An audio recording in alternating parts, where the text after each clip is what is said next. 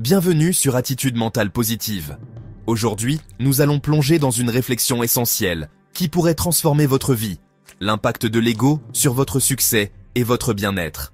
Inspiré par le livre puissant Ego is the Enemy de Ryan Holiday, nous allons explorer comment apprendre à dompter cet ennemi intérieur peut devenir votre plus grand atout. Préparez-vous, car ce voyage intérieur pourrait bien changer la façon dont vous vous percevez et interagissez avec le monde.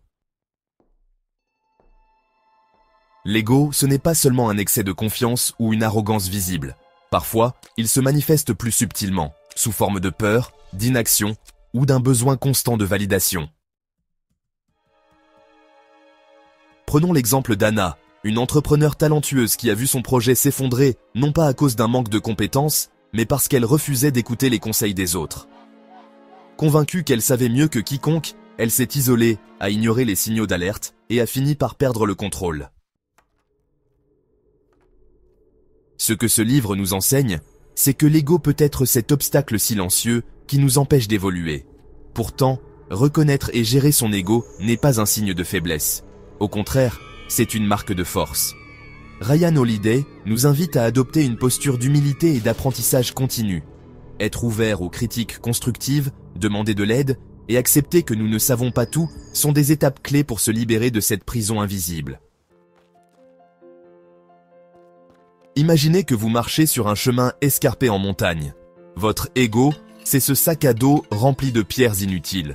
Chaque fois que vous insistez pour tout faire seul ou que vous refusez d'admettre une erreur, une pierre s'ajoute au fardeau. Mais à chaque fois que vous acceptez un conseil, que vous déléguez une tâche ou que vous reconnaissez une faiblesse, vous retirez une pierre. Et soudain, le chemin devient plus clair, plus léger, plus accessible.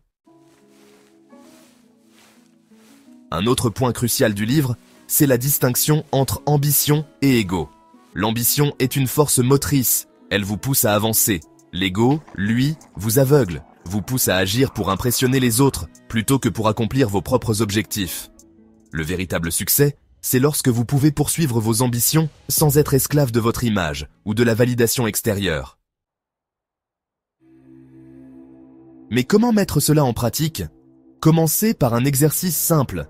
Réfléchissez à une situation récente où votre ego a pris le dessus. Peut-être avez-vous refusé une critique constructive ou hésité à demander de l'aide par peur d'être perçu comme faible. Notez cette situation, analysez-la et posez-vous une question puissante. Comment auriez-vous pu réagir différemment ? Le voyage vers une vie libérée de l'ego est un processus continu. C'est un cheminement qui demande de la patience, de l'honnêteté envers soi-même et une bonne dose d'humilité. Mais les récompenses sont immenses, des relations plus authentiques, des décisions plus éclairées et une paix intérieure durable. Rejoignez notre communauté. Attitude mentale positive pour approfondir ce travail intérieur. Ensemble, nous partageons des outils exclusifs, des discussions enrichissantes et des pratiques qui vous aideront à mettre votre ego de côté pour enfin vivre une vie en phase avec vos valeurs profondes et vos objectifs.